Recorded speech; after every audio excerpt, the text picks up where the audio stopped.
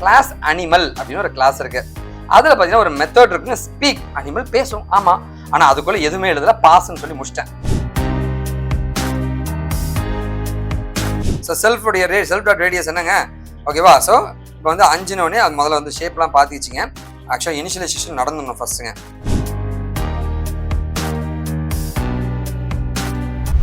Hi, நான் உங்களோட Venkat from Vicky டிக்கன் Kashmir. ரொம்ப சந்தோஷமா இருக்கு நீங்க மீட் பண்றதுல.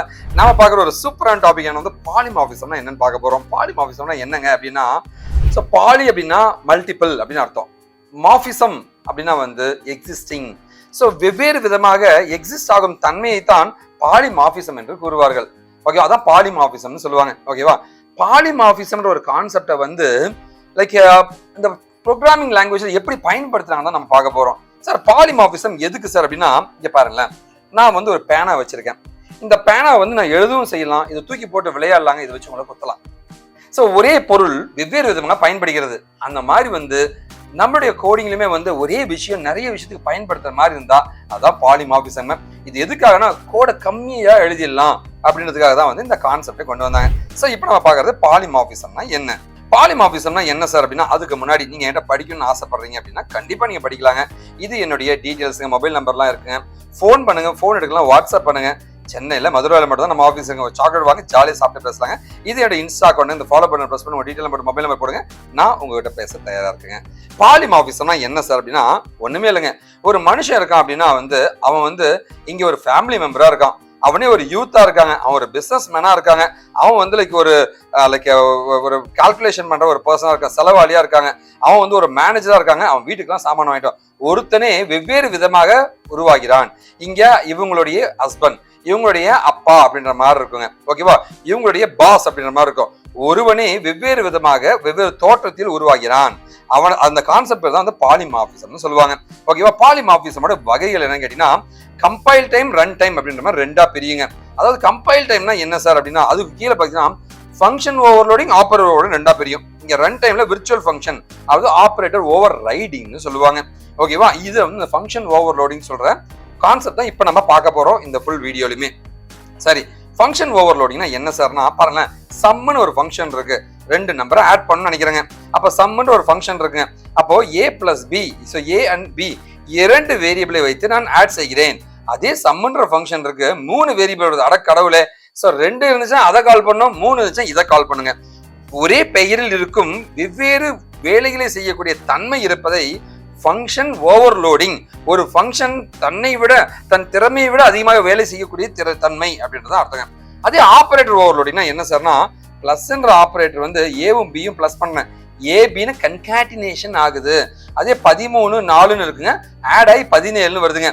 இங்க கன்காட்டினேஷன் சேர்க்கும் தன்மை இருக்கிற பிளஸ்ங்க, இங்க அடிஷன் தன்மை இருக்கிறது. இதைத்தான் ஆப்பரேட்டர் ஓவர்லோடிங் என்று கூறுவார்கள். ஓகேவா?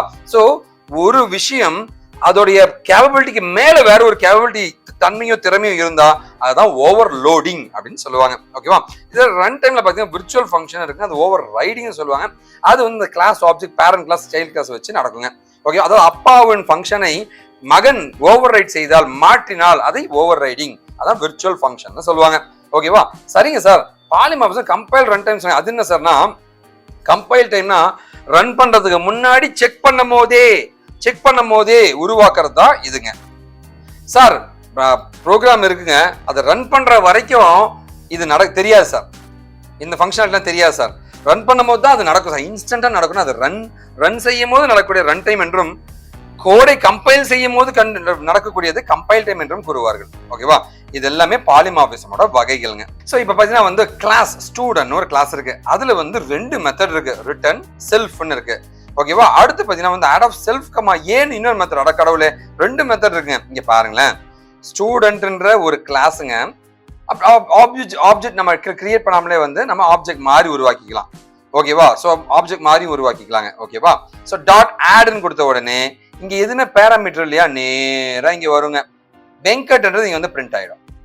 ஆட் ஆஃப் 20ன்னும் போது இங்க ஒரு பேராமீட்டர் இருக்கு, அப்ப இங்க வந்துட்டு 20 + 10 உனக்கு இங்க பிரிண்ட் ஆகுறது வந்து 13 பிரிண்ட் ஆகும். இங்க வெங்கட்னு பிரிண்ட் ஆகும், இந்த 13 பிரிண்ட் ஆகும். இவ்வளவுதாங்க கான்செப்ட். இது முடிஞ்சா உங்களுக்கு பாலிமார்பிசம் புரிஞ்சுச்சு அர்த்தங்க.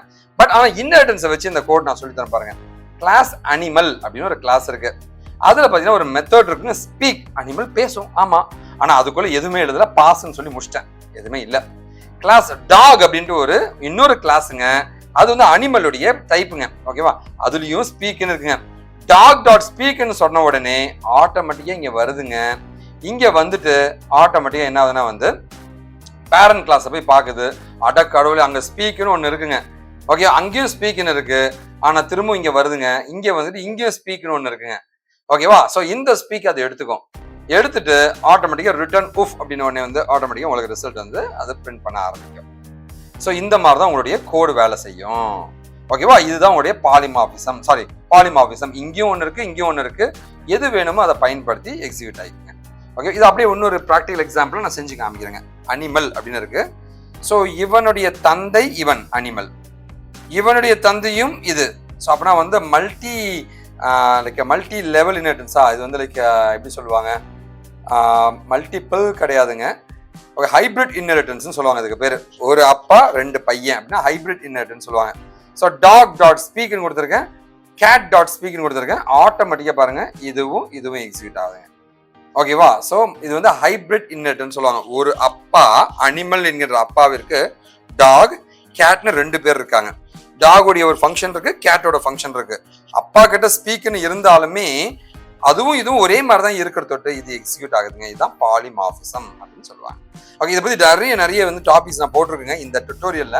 ஸோ wikidiki.com/tutorial/python இந்த லிங்க்குக்கு போங்க, நிறைய ஆர்டிகல் இருக்கு, போய் படிங்க, லேர்ன் பண்ணிக்கங்க. ஓகேவா, அது இல்லாமல் இன்டர்வியூ கொஸ்டின்ஸ் பார்த்தீங்கன்னா வந்து பைத்தான் ட்ரைனிங் இன் சென்னை அப்படின்னு ஒரு லிங்க் இருக்குங்க. அதில் வந்து 100கணக்கான இன்டர்வியூ கொஸ்டின்ஸ் நாங்கள் லோட் பண்ணியிருக்கோம், பாருங்க, நீங்கள் பார்க்கலாங்க. ஸோ 100கணக்கான இன்டர்வியூ கொஸ்டின்ஸ் லோட் பண்ணியிருக்கேன், போய் பாருங்க, நீங்க என்ன வேணா படிச்சுக்கலாங்க. ஓகேவா, சரி, ஓகே. இன்னும் நிறைய கான்செப்ட் வந்து நம்ம என்ன பண்ணோம்னா ஒரு இனிஷியலைசேஷன், ஒரு கன்ஸ்ட்ரக்டர் வச்சு எப்படி இந்த பாலிமார்பிசம் ஒர்க் ஆகுதுன்னு இப்போ நம்ம டீட்டெயிலாக பார்க்கலாங்க.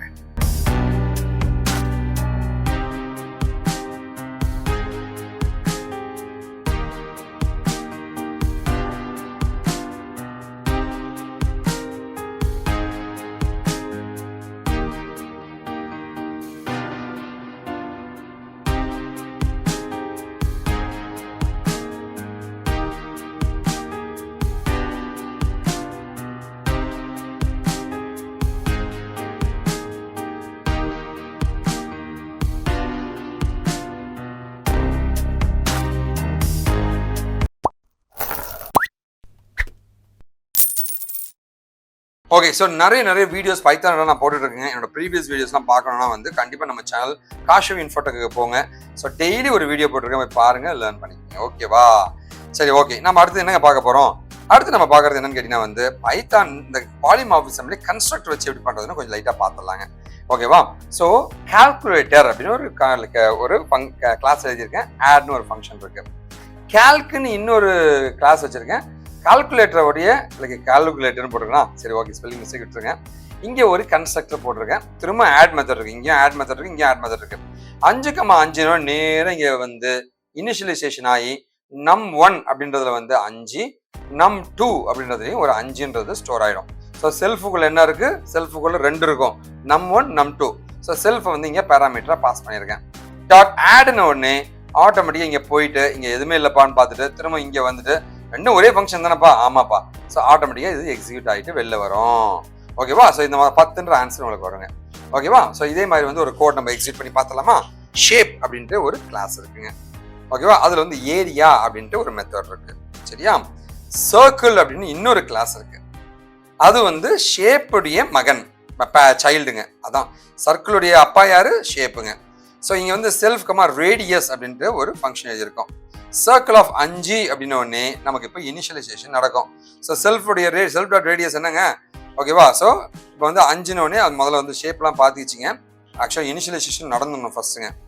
ஓகேவா, இனிஷியலைசேஷன் ஃபர்ஸ்ட் நடந்துடணும். ஓகேவா, ஸோ இதை முதல்ல அந்த ஆப்ஜெக்டை பார்த்துக்கிச்சிங்க.